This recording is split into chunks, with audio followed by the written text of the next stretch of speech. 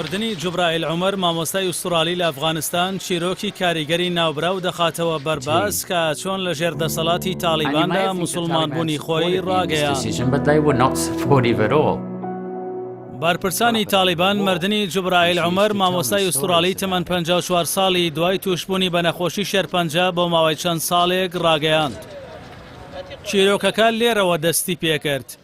تیمۆسی ویکس پێش موسڵمانبوونی و گۆڕینی ناوی خۆی بە ناوی جوبرائیل عومەر لە ساڵانی شەڕی نێوان ئەمریکا و بزوتنەوەی تالیبان لە زانکۆیەکی ئەفغانستان وانەی ئینگلیزی دەوتەوە.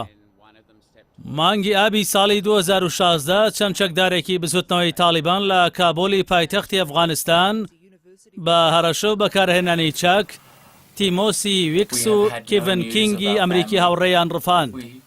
هەردووکیان وەک بارەمتەخرانە زیندانەوە و ماوەی 3 ساڵی ژیانیان لە زینداندا بەسەر برد.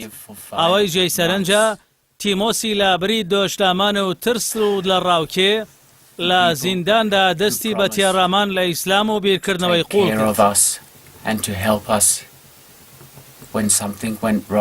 وەک خۆی دەجێڕێتەوە ئەو ماوەیەی وەکو بارمتێک لە زینداندا بوو چەندین کتێبی وەرگێڕدراوی قورئانی پیرۆزی خوێندەوە. ئەمە ژوای کرد زیاتر لە ئیسلام بکۆڵێتەوە و بیرکردنەوەی بە تەواوی بگۆڕێت.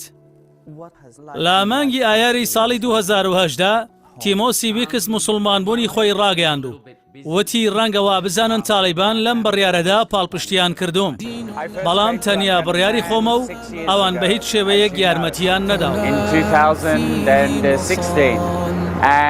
تیمۆسی ویکس ناوی خۆی گۆڕی بە جوبرائیل عومەر نەک ڕقی لە تالیبان هەڵنەگرت، بەڵکو بوو بە یەکێک لەو کەسانەی پاڵپشتی دەوڵەتی ئیسلامی تالیبانی کرد.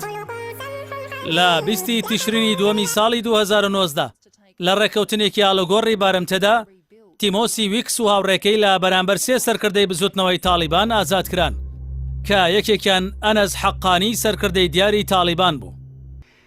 جوبرائیل لە کاتی ئازادکردنی داوتی ئەو کاتەی لە زیندان وەکو بارمتەیەکی تالیبان بەسەرم برد کاریگەریەکی قوڵی لەسەر بیرکردنەوەم دروست کرد، بەویستی خوددا من لێرەم باش و ئازادم. دوای ڕێکەوتنی تالیبان و ئەمریکا بۆ کشانەوەی سەربازانی ئەو وڵاتە لە ئەفغانستان جوبرائیل بڕیاریدا بگەڕێتەوە بۆ کابول، چونکە وەک خۆی لە گفتوگۆ تەلەڤیزیۆنیەکانیدا دەڵێ دەمویست گەشتی دووەم تەواو بکەم و زیاتر پەرە بە خوێندنی ئیسلامی بدەم.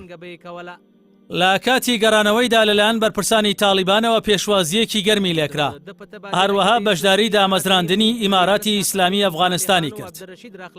ئەنەس حەقانی کە لەگەڵ جوبرائیل ئاڵوگۆڕیان پێدەکرا لە دوای مردنی مامۆستا ئوسترالیەکە نووسیوێتی هەرچەندە من و تیمۆسی لە کات و شوێنی جیاواز هاتینە دنیاوە، بەڵام مردنی من بوو بەهی ئەو، ئازادی ئەویش بوو بەهی من، پێکەوە توانیمان ئەو گوڵەپە سوورانە تێپەڕێنین.